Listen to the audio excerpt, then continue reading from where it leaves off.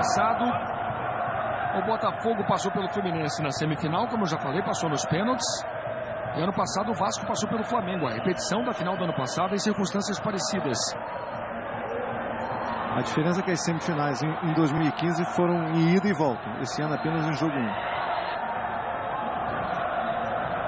Você curtindo a festa da torcida do Botafogo com os jogadores.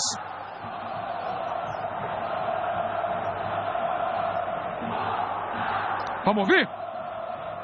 Você, torcedor do Botafogo, aumenta o volume aí, o Botafogo está na final.